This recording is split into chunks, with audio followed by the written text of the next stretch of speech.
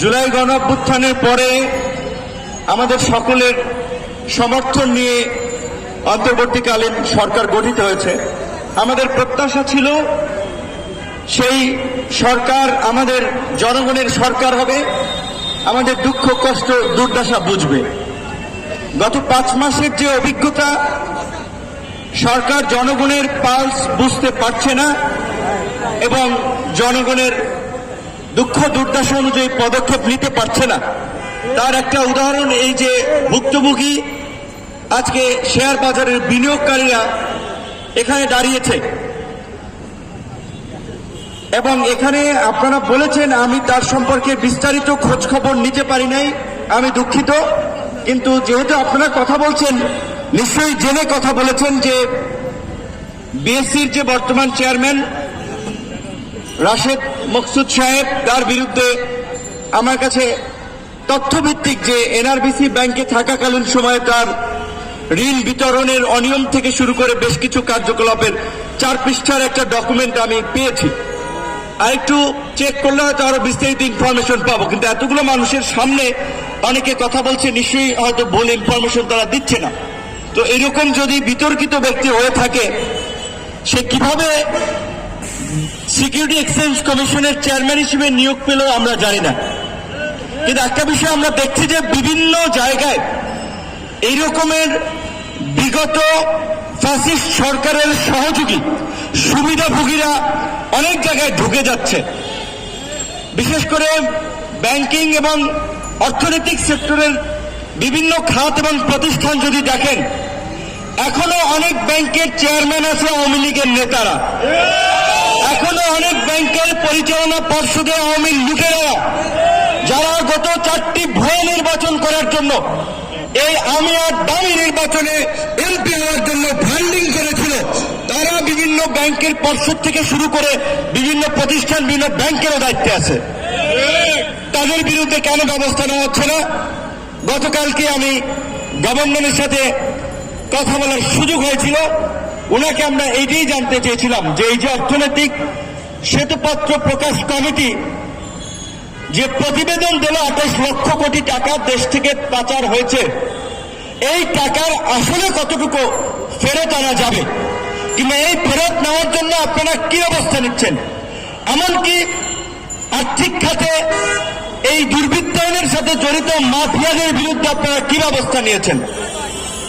তিনি বেশ কিছু পলিসি লেভেলের কথা শেয়ার করেছেন, অনেক কথা পাবলিকলি বলা যায় না, কিন্তু আমার মনে হয় যে উনি কিছু কাজ করতেছেন। কিন্তু কাজ যদি কাগজে কলমে থাকে, বাস্তবায়ন যদি না দেখি, তাহলে সেটার ফল তো আমরা পাবো না। আমরা এখন পর্যন্ত দেখি নাই এই 15 বছরের যেই প্লেয়াররা শেয়ার বাজার থেকে ভুয়া কোম্পানি বানায় আইপিও করে হাজার হাজার কোটি টাকা নিয়ে গেল, তাদের 2-4 জনকে গ্রেপ্তার করা হয়েছে? হয় নাই। মানুষ আত্মহত্যা করেছে।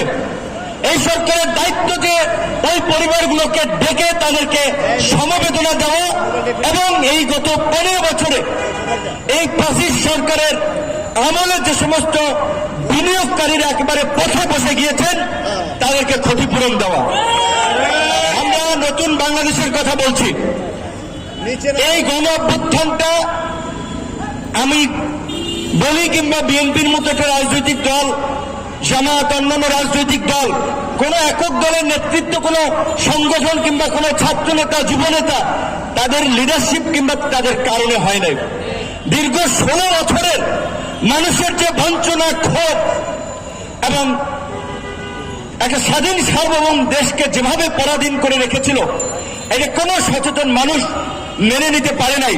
হয়তো আমরা রাজপথে হামলা মামলার পরে ধারাবাহিক লড়াই করেছি, তারা রাজপথের লড়াইয়ে সরাসরি যুক্ত হতে পারে নাই, কিন্তু আমাদের এই লড়াইকে এগিয়ে নেওয়ার জন্য একটা ফেসবুকে পোস্ট শেয়ার দেওয়া, আমরা যখন ক্রাউড ফান্ডিং করেছি 2-4 পয়সা সহযোগিতা করা, আমাদের একটা মিছিলে যোগ দেওয়া, বিভিন্নভাবে এই অভ্যুত্থানের প্রেক্ষাপট তৈরি করেছে।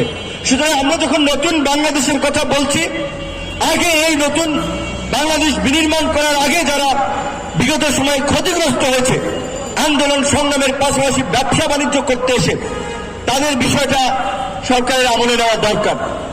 কিন্তু ওই ধরনের র্যাপিড অ্যাকশন বা র্যাপিড রেসপন্স সলিউশন এইগুলো আসলে আমরা সরকারের কাছ থেকে দেখতে পাচ্ছি না, যেটা আমাদেরকে হতাশ করেছে। আমাদের এক ভাই বলেছে, অবশ্যই আপনাদের বিশ্বাস হবে কিনা আমি জানি না, ঢাকা জেলার ছিলেন তো জগন্নাথ বিশ্ববিদ্যালয়ের ছাত্র, জগন্নাথ হল ঢাকা ইউনিভার্সিটির ছাত্র ছিল সুভাষ। তার কাছে শুনেন, ওই সময় যারা ঢাকা জেলের দায়িত্বে, তাদের কাছে শুনেন সূর্যমুখীর দ্বিতীয় তলায় ডক্টর মোহাম্মদ ইউনূসের জন্য কারাগারে রুম প্রস্তুত করা হয়েছিল। কারণ শেখ হাসিনা যে কিছুটা সিনেমা বা হরর মুভি দেখেন বা বিভিন্ন সিনেমাগুলো দেখেন, তারা জানেন যারা স্বাভাবিকভাবেই ছোটবেলায় কিংবা তার বেড়ে ওঠাতে সে যখন এইভাবে তার পরিবারের উপরে নির্মমতা, স্বজন হারানো দেখে, এগুলো দেখে অনেক ক্ষেত্রে মানুষ সাইকো হয়ে যায়। তো আমাদের সাবেক প্রধানমন্ত্রী কিন্তু আনকাইন্ড অফ সাইকো হয়ে গিয়েছিলেন, তার মানসিকতা ওইখানে, বিকজ যেই কারণে তিনি অন্যদের ব্যথা বেদনা তার উপলব্ধিতে ছিল না। এই যে গত 16 বছরে 3,500 মানুষকে বিচার বহির্ভূতভাবে হত্যা করেছে, 6.5 শতাধিক মানুষকে গুম করেছে, হাজার হাজার মানুষকে পঙ্গু করেছে, এগুলো নিয়ে তার কোনো আত্মনাদ নাই। শুধু 15ই আগস্ট আসলে আমরা দেখতাম চেতনার শোকের মাস, শেখ রাসেলের কথা, অমুকের কথা, তমুকের কথা। অবশ্যই 15ই আগস্ট যে ঘটনা ঘটেছে সেটা আমরা সভ্য সমাজের মানুষ সমর্থন করে না, নিন্দা জানাই, কিন্তু এই 16 বছরে শেখ হাসিনা ওই রকমের 15ই আগস্ট অন্তত প্রতিদিন ঘটিয়েছেন, সেগুলো নিয়ে কোনো আক্ষেপ নাই। তো সেখানে তার কিন্তু খায়েশ ছিল ডক্টর মোহাম্মদ ইউনূসকে জেলে নেওয়া, খালেদা জিয়াকে জেলে নেওয়া,